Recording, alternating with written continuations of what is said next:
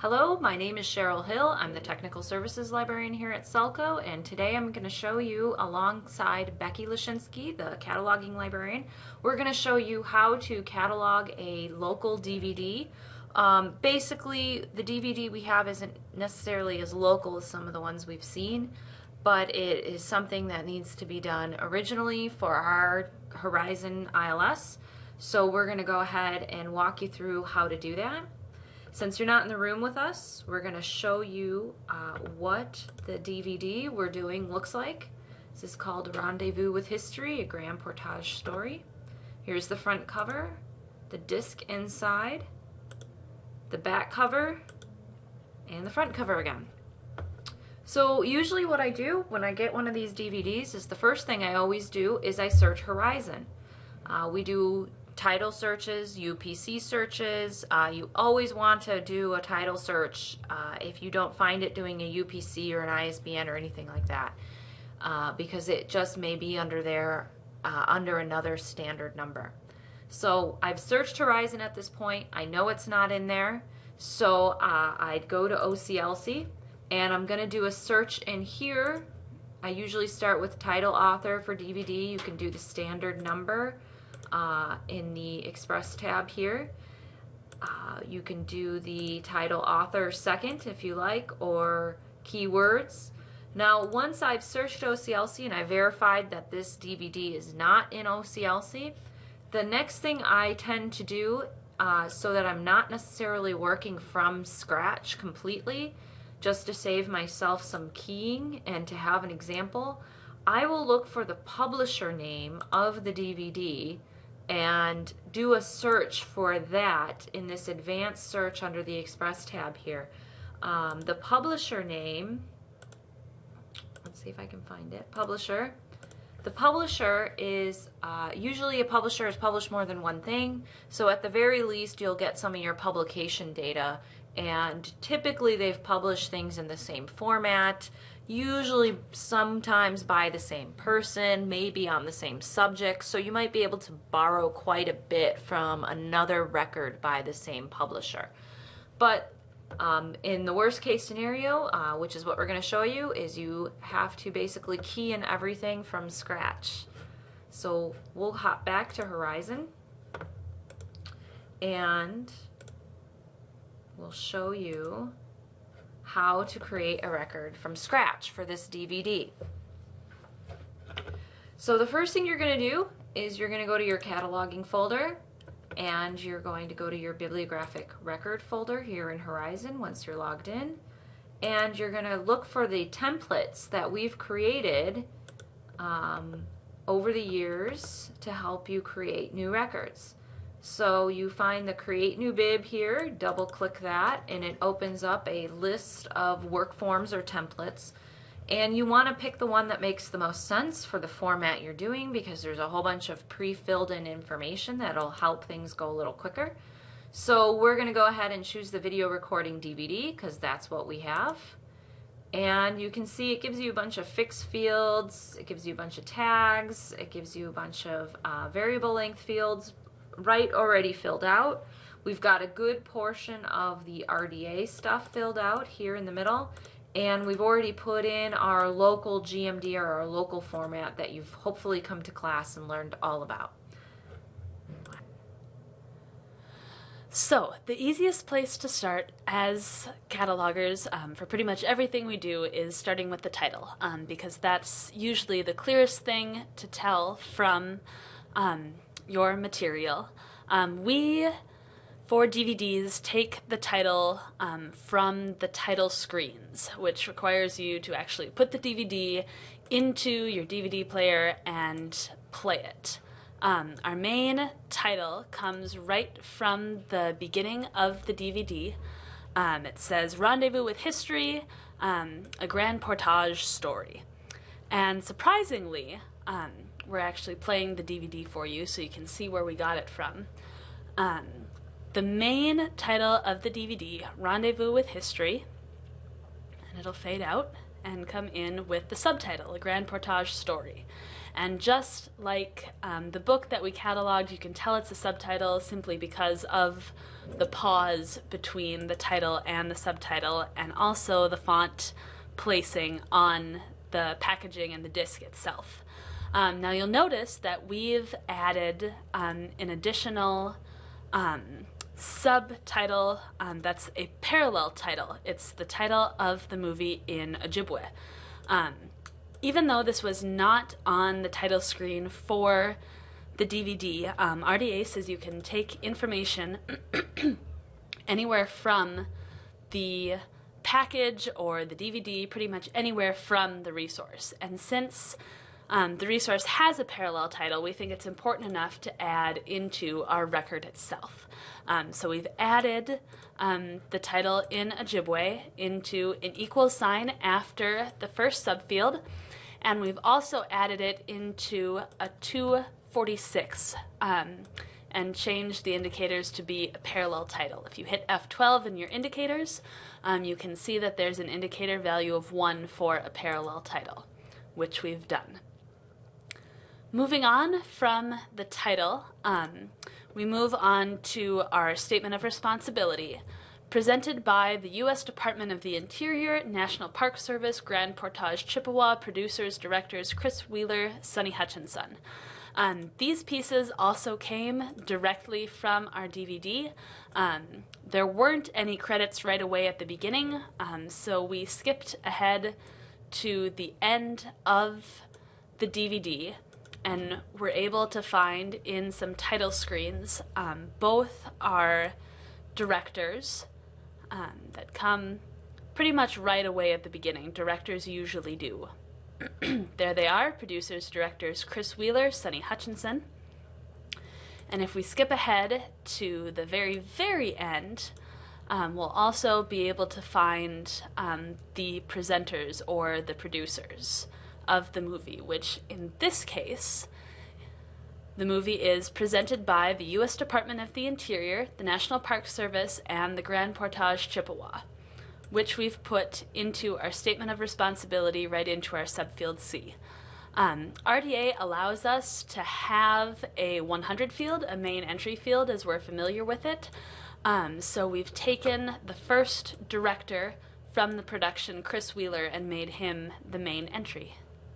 Now that we've got our title, our Statement of Responsibility, our parallel title, and our main entry all in our record, we've gone ahead and added some more data.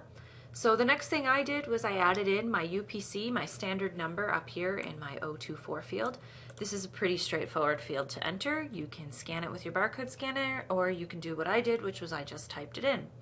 I usually do that after the title just because it's quick and easy and you're done.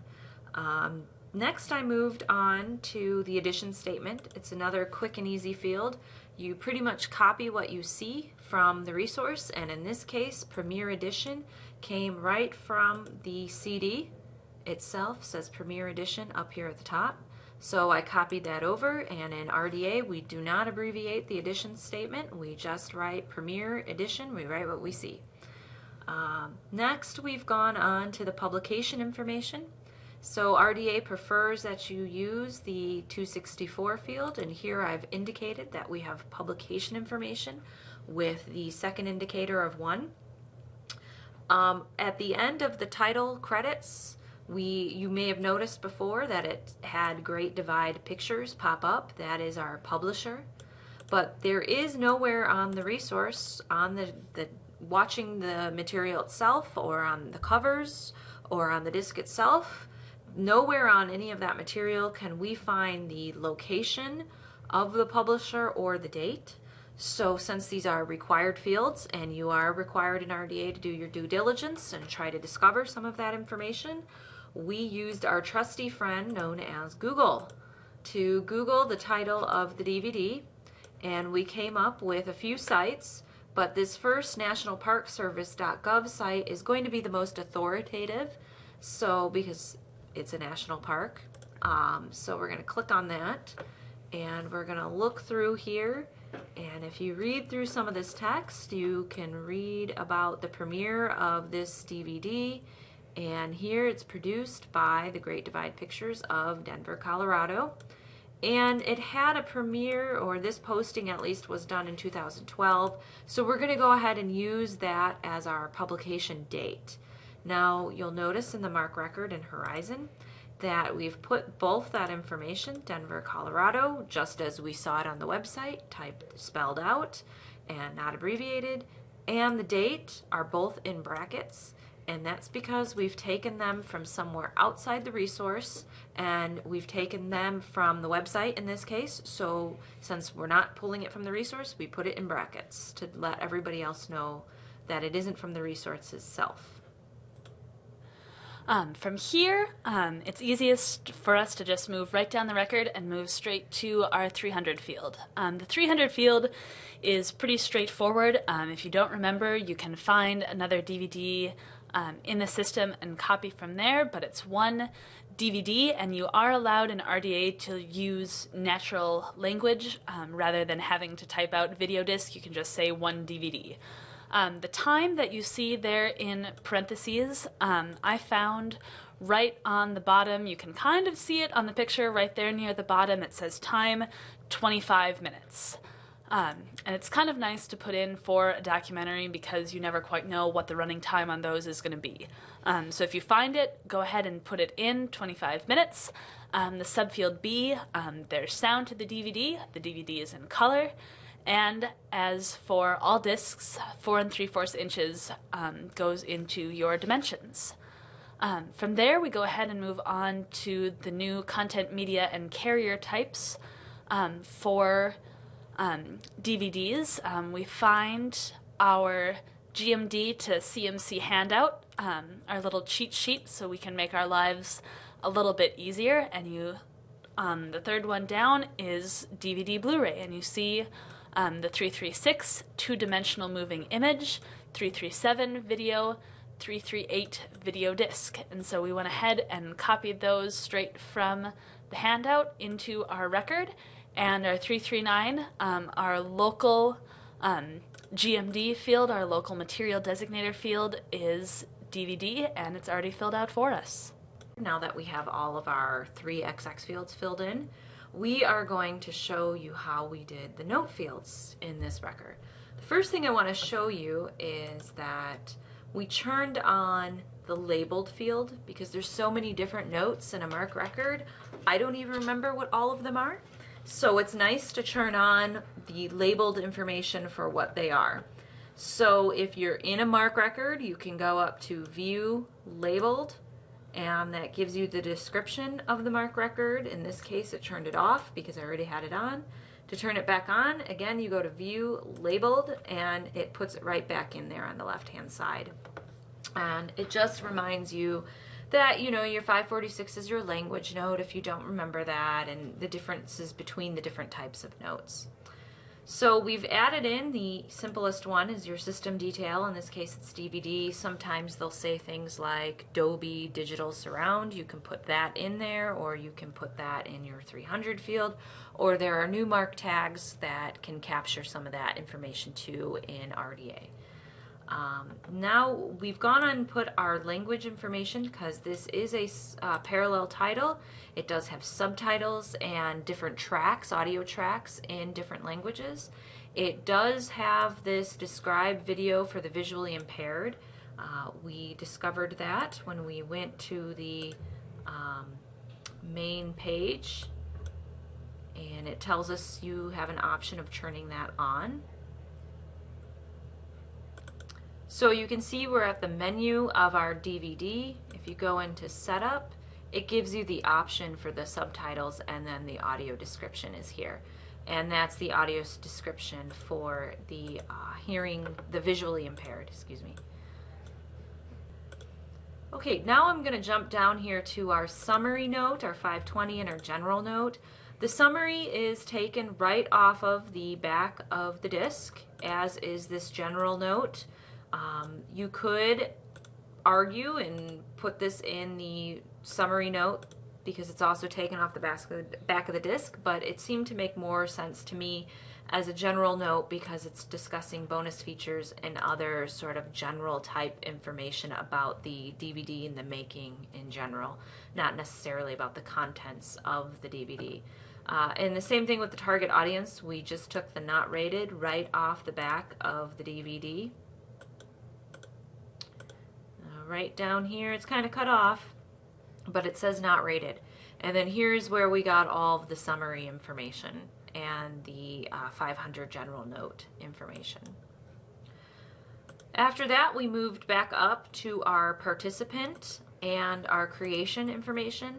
The creator tends to be, the creator-producer information tends to be a little bit more technical, and the participants are sort of the people who are actually contributing to the ideas and the content of the work.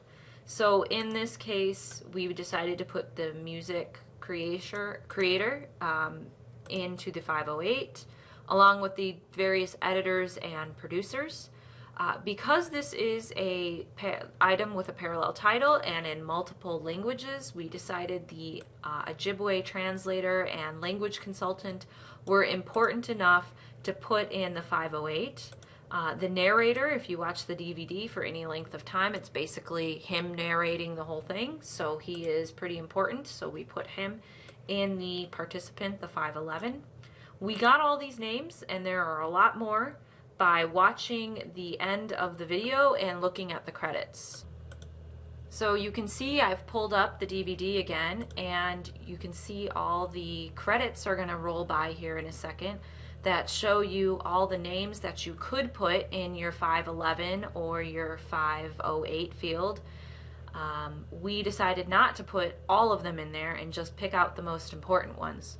You could certainly, if you were doing a local DVD that represented people in your community, put all those names in. If, for example, you were doing a local DVD where all the reenactors were people in your community that you knew or that other people in your community knew, then maybe it would be worth your time to put those names in. We didn't feel that that was necessary in this case. Alright, now that we've filled in all of our notes using our resource, we're going to go ahead and fill in some subject headings. So the first thing I usually do is I generally try to find a subject heading that represents what the material is about. Its subject, its topical heading, it's 650. So I knew this was about the Voyageurs, so the first thing I did was type in Voyageurs, spelling it right, I think. And I browsed it, Control B, and it led me to fur traders.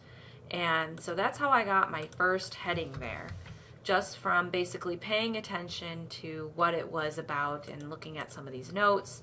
So then I'm going to actually look at some of these other headings and terms that are in my record and looking at my resource. The summary note gives really good pointers of what kind of subject headings you should use. So we're talking about the Ojibwe and Grand Portage, and up here we know we've talked about Chippewa a little bit from looking at our title. So our subjects can come from pretty much anywhere in the resource as long as you're using it to describe the resource. Summary notes and titles tend to be good clues as to where to start. So what I did was I took some of those terms I identified throughout my record here, and I went to the Library of Congress Authority website, which I get to by going to Google and typing LC authorities. There are more than one places to find authorities. A lot of people like to go to the OCLC Authority website. It's a little bit more complex and robust than the Library of Congress. So for ease, I tend to teach people initially how to use the LC authorities because it's really simple and you don't have a lot of different choices. So you basically are doing keyword searches. So I did keyword searches for things like Ojibwe Indians, and I did Grand Portage, and I found that it's Grand Portage Monument in Minnesota, and here's the Chippewa. And you'll notice the Chippewa tribe is a geographic heading, so it's a 651 in your bib record because it's a subdivision of the Ojibwe. It's a regional subdivision of the Ojibwe, which the Ojibwe Indians are 650s in your records. So that's where we got some of those subject headings that we've put in here. We added in things like geographic, Minnesota, and then history. Okay, so that was our subject headings. So our topical headings are 650s and our geographic headings are 651s. You'll also notice that I've just added in a few genre headings. So these come from the Library of Congress genre and form term thesaurus that is new and complete for movies. So you do, when you're doing a DVD of any kind, whether it's a television program, a television series, or motion pictures in any way, you do want to add in genre headings. So you have to either add in nonfiction or fiction film, and this is basically a little documentary. So we've added in nonfiction film. We've added in short film, and that is based solely on the time of the resource. So if it's less than 40 minutes, which is the case we have here, then it becomes short films.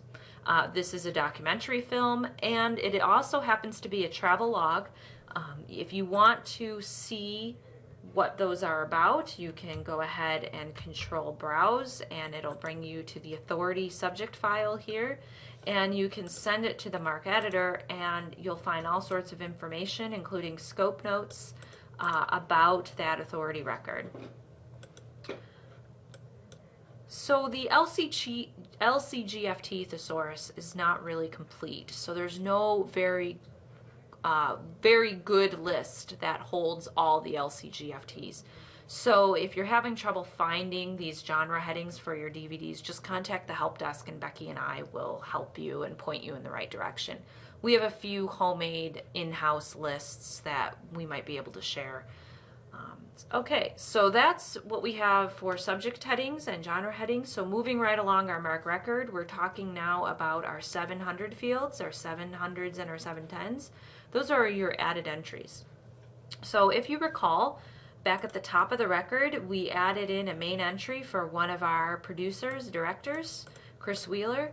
So we've gone ahead and taken the other producer and director and added that in as a 700, a personal name, right down here at the bottom of the record. And then we picked out some of the names that we felt were important enough to be included in a 700 or a 710. So the narrator, if you watch the DVD, he's pretty much doing most of the work. He's narrating the whole DVD. So we've gone ahead and added Adam right here as our narrator. Whoop, right down here, Adam Beach. Peter Cater is in charge of our music from up here and this note. So we decided that was important enough and we added him in. This is the publisher, Great Divide Pictures. That tends to be pretty important. And this is the National Park Service. Now pre-RDA, this would have had a different subfield in here for the Department of the Interior and then its subsection for National Park Service. But RDA has changed that, and since this is all about one of the national parks and is produced by the National Park Service, we figured, or at least presented by the National Park Service, we felt that was important enough to be in here as a corporate heading, a 710. Okay, so we filled out the descriptive fields in our MARC record. We've gotten in our added entries and our subjects and our genres. And so now we're going to scroll back to the top and deal with a few fixed fields and some other random fields that we've filled in. So the first thing you'll notice that I've done here is I've added in a geographic heading and a language field. Again, you can go to the view labeled up at the top to have a description of those tags. So to enter in this information, what I've done is I've looked for the coding, the proper coding from the Library of Congress's MARC website. So because this movie is about Minnesota, we've added in this geographic code for Minnesota. And because the language of the material is in 2 languages, we've added in more specific information in the 041 for the languages. So to find the proper codes for these, I go to Google and I usually type in LC MARC. And I'm brought to the Library of Congress's MARC 21 formats. Oh, I went one page too far. this is the page you want, is lc.gov/mark. And for the language code, you go down to where it says languages, name sequence, and in this case we're looking for Ojibwe. So I'm just going to scroll through here, and here's the code for OJI. We know English is ENG, so that's how we get the different codes that go in our 041, our alternate language.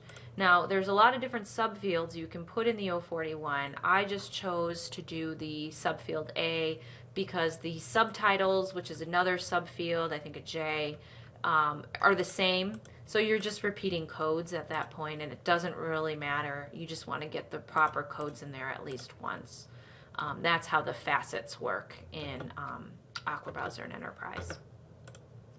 So for the languages, or for the geographic area, the Minnesota code, you back up and go to the same lc.gov mark site, and you're going to go to languages, or geographic areas, sorry, and you click on that. I go to name sequence. We're going to M for Minnesota, and scroll down till we find Minnesota, which is right here.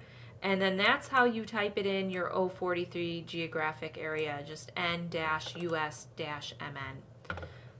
There are different ways to do this coding for if you're doing multiple states or larger geographic areas. If you have problems with that, just contact the help desk and we'll walk you through it.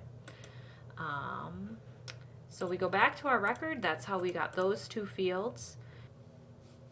And finally, we go through the fixed fields right at the top of the record.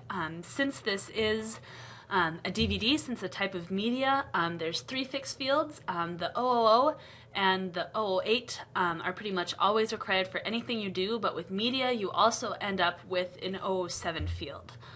So basically, you place your cursor at the beginning and use your arrow keys to scroll right through them, hitting F12 if you're unsure of the choice that you need to choose. So we're right here at the beginning. It's a brand new record. The type of record that it actually is, we're recording a projected medium. The bibliographic level is monographic. We're not recording anything that is part of a series. It's just a single DVD. There's no specific type of control for this record. Our encoding level is at full level by OCLC participant, which is down here at I. Our cataloging form is using ISBD punctuation. We're not using A for AACR2 because we're not using AACR2 rules, we're using RDA rules. And finally, there's no linked record. This record is standalone as it is. From there, we move on to our 007. The value is V for video recording. It is not a projected graphic. That would be something like a slide or a transparency. This is a video recording. The material designation is a video disc. It's not a type of cartridge or cassette. You're at a disc. Color is C. This video is in color, not black and white. Your second material designator, once again, is a DVD. You're not looking at a VHS. You're not looking at a Blu-ray. It is just a regular old DVD. The sound is on the medium, so you choose A. The medium for the sound, it's coming from the material. It's coming from the video disc. And dimensions, this one can be a little bit funky. For whatever reason, they've never actually put in a field for 4 3/4 inches, even though we've been dealing with CDs and DVDs for goodness knows how long now. So instead of choosing a specific one, you choose Other as Z.